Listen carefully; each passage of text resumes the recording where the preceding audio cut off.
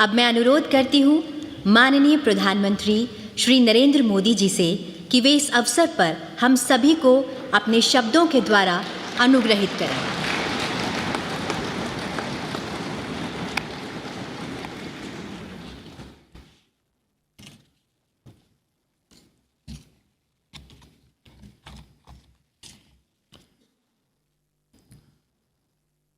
आदरणीय राष्ट्रपति जी, आदरणीय उपराष्ट्रपति जी, आदरणीय स्पीकर महोदय, मंच पर विराजमान सभी वरिष्ठ महानुभाव और सदन में उपस्थित संविधान के प्रति समर्पित सभी भाइयों और बहनों, आज का दिवस बाबा साहब आम्बेडकर, डॉक्टर राजेंद्र प्रसाद जैसे दूरंदेशी महानुभावों को नमन करने का है। आज का दिवस इस सदन को प्रणाम करने का है, क्योंकि इसी पवित्र जगह पर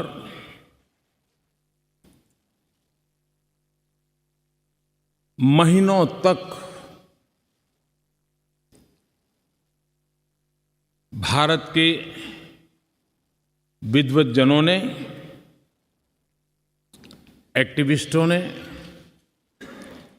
देश के उज्जवल भविष्य के लिए व्यवस्थाओं को निर्धारित करने के लिए मंथन किया था और उसमें से संविधान रूपी अमृत हमें प्राप्त हुआ है, जिसने आज़ादी के इतने लंबे कालखंड के बाद हमें यहाँ पहुँचाया है। आज पूज्य बापू को भी नमन करना है। आज़ादी की जंग में जिन जिन लोगों ने अपना बलिदान दिया, अपना जीवन खपाया, उन सबको भी नमन करने का यह अवसर है। आज 26/11 हमारे लिए एक ऐसा दुखद दिवस, जब देश के दुश्मनों ने देश के भीतर आकर के मुंबई में वह ऐसी आतंकवादी घटना को अंजाम दिया। भारत के संविधान में सूचित देश के सामान्य मानवी की रक्षा की जिम्मेवारी के तहत अनेक हमारे वीर जवानों ने उन आतंकवादियों से लोहा लेते लेते अपने आप को समर्पित कर दिया, सर्वोच्च बलिदान दिया। मैं आज 26/11 को उन सभी बलिदानियों को भी आदरपूर्वक नमन करता हूँ।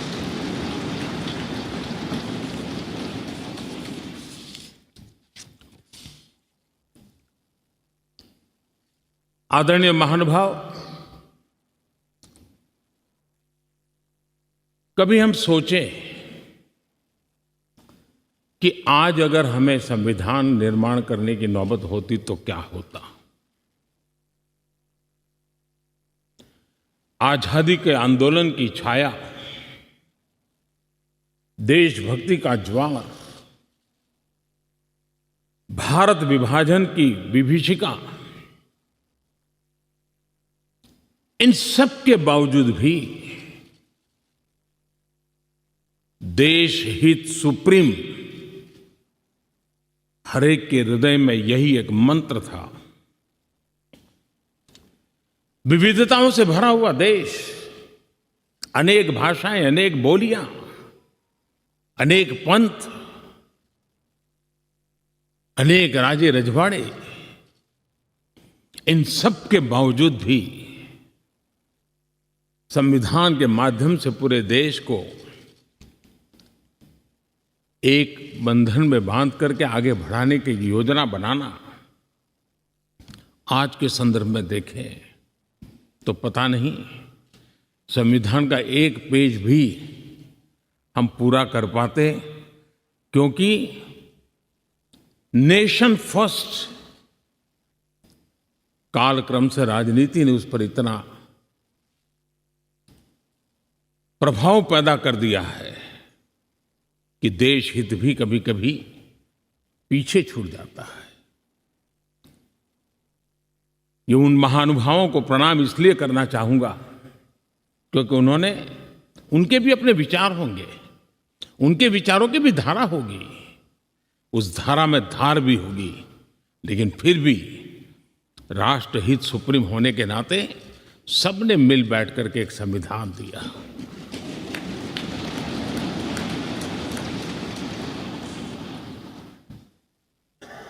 साथियों, हमारा संविधान ये सिर्फ अनेक धाराओं का संग्रह नहीं है। हमारा संविधान सहस्त्रों वर्ष की भारत की महान परंपरा, अखंड धारा, उस धारा की आधुनिक अभिव्यक्ति है।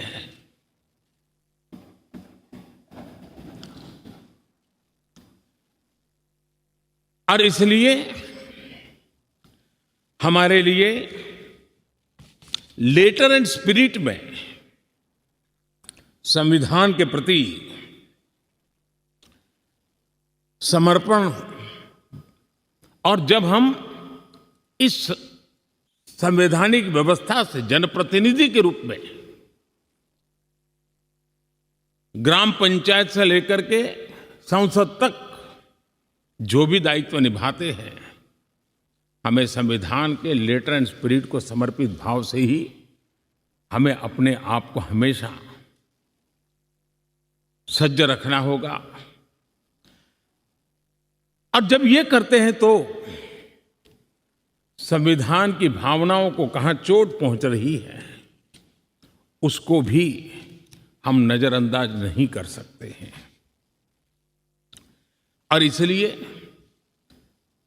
इस संविधान दिवस को हमें इसलिए भी मनाना चाहिए कि हम जो कुछ भी कर रहे हैं वो संविधान के प्रकाश में सही है कि गलत है, हमारा रास्ता सही है कि गलत है। हर वर्ष संविधान दिवस बना करके हमने अपने आप को मूल्यांकन करना चाहिए। अच्छा होता देश आजाद होने के बाद 26 जनवरी प्रजासत्ताक पर्व की शुरुआत होने के बाद हमें 26 नवंबर को संविधान दिवस के रूप में देश में मनाने की परंपरा बनानी चाहिए थी, ताकि उसके कारण हमारी पीढ़ी दर पीढ़ी संविधान बना कैसे, कौन लोग थे इसको बनाते थे, किस परिस्थितियों में बना, क्यों बना, हमें संविधान कहां ले जाता है, कैसे ले जाता है, किसके लिए ले जाता है, इन सारी बातों की हर वर्ष अगर चर्चा होती है तो संविधान जिसको दुनिया ने एक जीवंत इकाई के रूप में माना है, एक सामाजिक दस्तावेज के रूप में माना है, विविधता भरे देश के लिए ये एक बहुत बड़ी ताकत के रूप में पीढ़ी दर पीढ़ी अवसर के रूप में काम आता। लेकिन कुछ लोग इसे चूक गए। लेकिन जब बाबा साहब आंबेडकर के 125वीं जयंती थी, हम सबको लगा कि इससे बड़ा पवित्र अवसर क्या हो सकता है कि बाबा साहब आंबेडकर ने इस देश को जो बहुत बड़ा नजराना दिया है उसको हम हमेशा हमेशा के लिए स्मृति ग्रंथ के रूप में याद करते रहें। और इसी में से, और मुझे याद है जब सदन में इस विषय पर मैं बोल रहा था 2015 में बाबा साहब आम्बेडकर की 150वीं जयंती के निमित्त इस काम की घोषणा करते समय, तब भी विरोध आज नहीं हो रहा है, उस दिन भी हुआ था कि 26 नवंबर कहां से ले आए, क्यों कर रहे हो, क्या जरूरत थी। बाबा साहब आम्बेडकर का नाम हो और आपके मन में ये भाव उठे, ये देश अब सुनने के लिए तैयार नहीं है।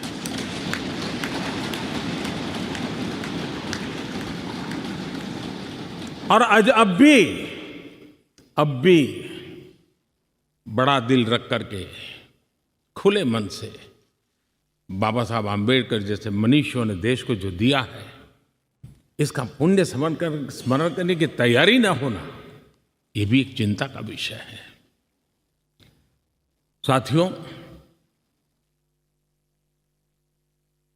भारत एक संवैधानिक लोकतांत्रिक परंपरा है। राजनीतिक दलों का अपना एक अहम महत्व है और राजनीतिक दल भी हमारी संविधान की भावनाओं को जन जन तक पहुंचाने का एक प्रमुख माध्यम है। लेकिन संविधान की भावना को भी चोट पहुंची है। संविधान के एक एक धारा को भी चोट पहुंची है, जब राजनीतिक दल अपने आप में अपना लोकतांत्रिक कैरेक्टर खो देते हैं।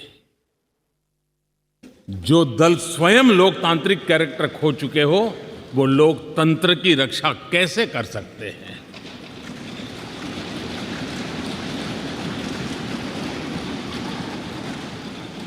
आज देश में कश्मीर से कन्याकुमारी, हिंदुस्तान के हर कोने में जाइए, भारत एक ऐसे संकट की तरफ बढ़ रहा है जो संविधान को समर्पित लोगों के लिए चिंता का विषय है, लोकतंत्र के प्रति आस्था रखने वालों के लिए चिंता का विषय है, और वो है पारिवारिक पार्टियां।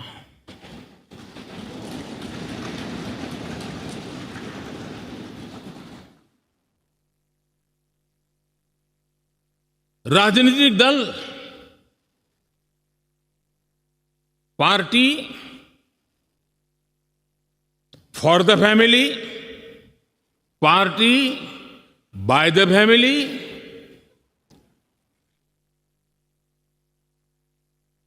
अब आगे कहने की जरूरत मुझे नहीं लगती है।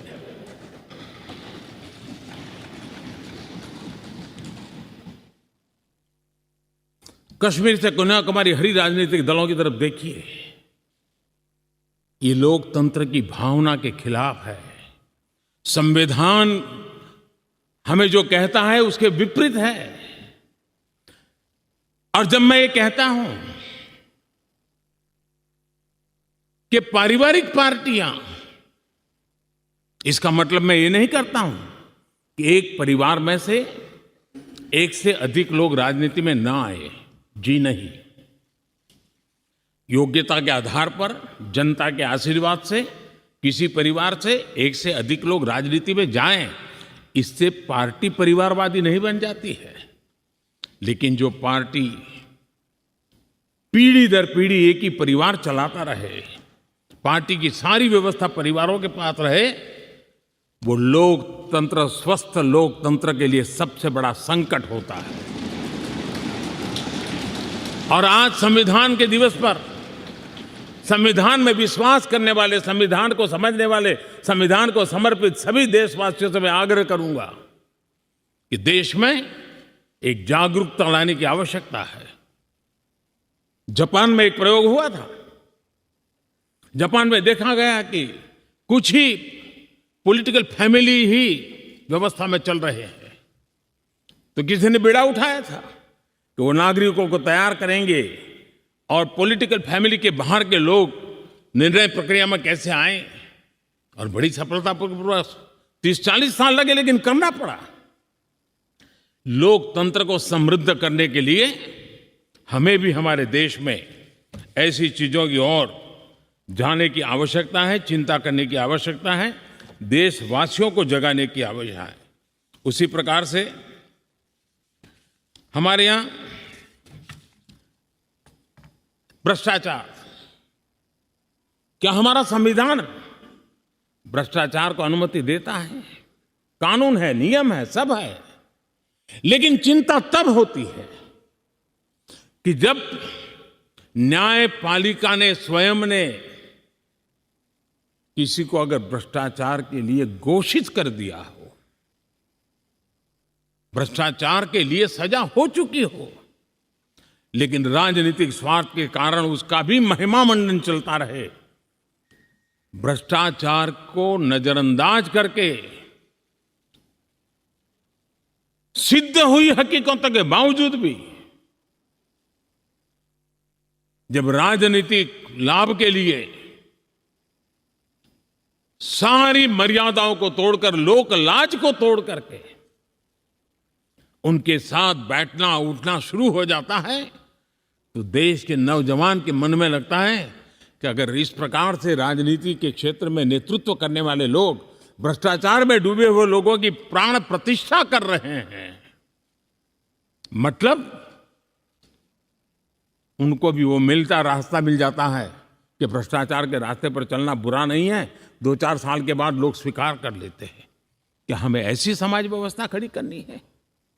क्या समाज के अंदर भ्रष्टाचार के कारण कोई अगर गुनाह सिद्ध हो चुका है तो उसको सुधरने के लिए मौका दिया जाए, लेकिन सार्वजनिक जीवन में प्रतिष्ठा देने की जो स्पर्धा चल पड़ी है, ये मैं समझता हूं अपने आप में नए लोगों को लूटने के रास्तों पर जाने के लिए मजबूर करती है, और इसलिए हमें इससे चिंतित होने की जरूरत है। ये आजादी के 75 साल है, ये अमृत काल है। हमने अब तक आजादी के 75 साल दरमियान देश जिस स्थिति से गुजरा था, अंग्रेज भारत के नागरिकों के अधिकारों को कुचलने पर लगे हुए थे, और उसके कारण हिंदुस्तान के नागरिकों को उसके अधिकार मिले, इसके लिए लड़ना बहुत स्वाभाविक था और जरूरी भी था। महात्मा गांधी समेत हर कोई भारत के नागरिकों को उनके अधिकार मिले, इसलिए वो लड़ते रहे, ये बहुत स्वाभाविक है। लेकिन ये भी सही है कि महात्मा गांधी ने आजादी के आंदोलन में भी अधिकारों के लिए लड़ते लड़ते भी देश को कर्तव्य के लिए तैयार करने के लिए लगातार कोशिश की थी। उन्होंने भारत के नागरिकों में उस बीज को बोने की लगातार कोशिश की थी कि सफाई करो, प्रौढ़ शिक्षा करो, नारी सम्मान करो, नारी गौरव करो, नारी को एम्पावर करो, खादी पहनो, स्वदेशी का विचार, आत्मनिर्भर भारत का विचार, कर्तव्यों की तरफ महात्मा गांधी लगातार देश को तैयार करते रहे। लेकिन आजादी के बाद महात्मा गांधी ने जो कर्तव्य के बीज बोए थे, वो आजादी के बाद वटवृक्ष बन जाने चाहिए थे, लेकिन दुर्भाग्य से शासन व्यवस्था ऐसी बनी कि उसने अधिकार अधिकार अधिकार के ही बातें करके लोगों को एक ऐसी अवस्था में रखा कि हम हैं तो आपके अधिकार पूरे होंगे। अच्छा होता देश आजाद होने के बाद कर्तव्य पर बल दिया गया होता तो अधिकारों की अपने आप रक्षा होती।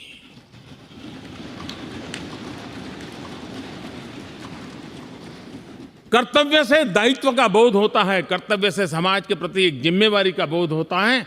अधिकार से कभी कभी एक याचक वृत्ति पैदा होती है कि मुझे मेरा अधिकार मिलना चाहिए, यानी समाज को कुंठित रखने की कोशिश होती है। कर्तव्य के भाव से सामान्य मानवीय के जीवन में एक भाव होता है कि ये मेरा दायित्व है, मुझे इसको निभाना है, मुझे करना है, और जब मैं कर्तव्य का पालन करता हूं तो अपने आप किसी के अधिकार की रक्षा हो जाती है, किसी के अधिकार का सम्मान हो जाता है, किसी के अधिकार का गौरव हो जाता है, और उसके कारण कर्तव्य भी बनते हैं और अधिकार भी चलते हैं और स्वस्थ समाज की रचना होती है।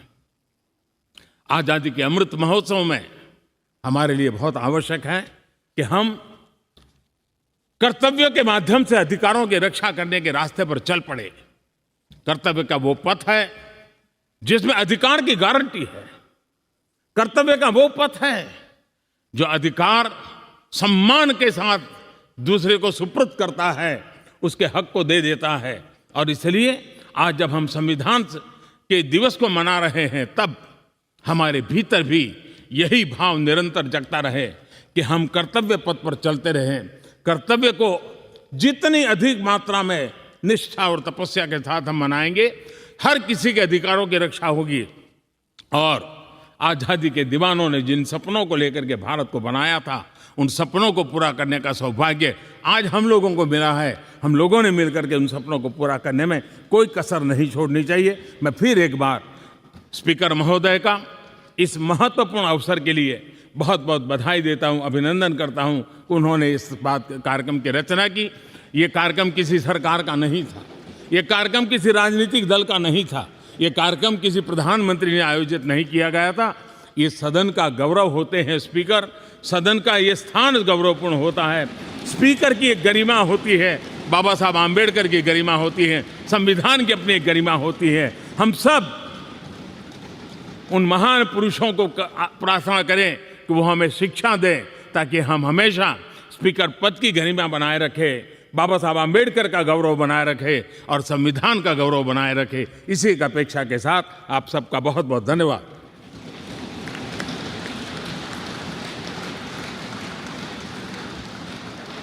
धन्यवाद माननीय प्रधानमंत्री जी।